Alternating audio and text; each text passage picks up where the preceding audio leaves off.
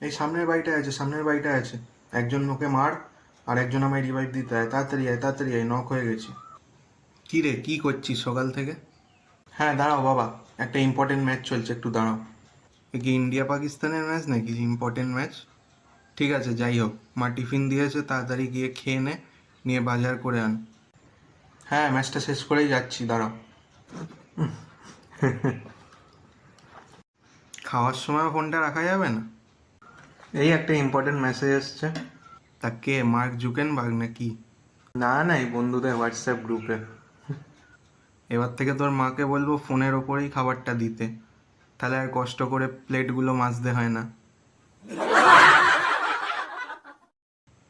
বাজারে যাবি যখন অবশ্যই ফোনটা রেখে যাবি, নয়তো দেখবো সেই আগের বারের মতো বাজারের বদলে বাজারের লোকটাই বাড়িতে চা খেতে চলে এসছে, এসে বলছে আপনার ছেলে বললো আপনি ডেকেছেন। যত সব। ঠিক আছে ঠিক আছে, রেখে দিচ্ছি। ওহ, বাজারে আজ কত ভিড় গো। নাও, যা যা বলেছিলে সব নিয়ে এসছি। এই মার মার মার, সামনের গাছের পেছনে লুকিয়ে আছে বেটা। হ্যাঁ বাবা, তুমিও? এখন যা তো লাস্ট জোনের খেলা চলছে। হ্যাঁ, মার মার বেটাকে।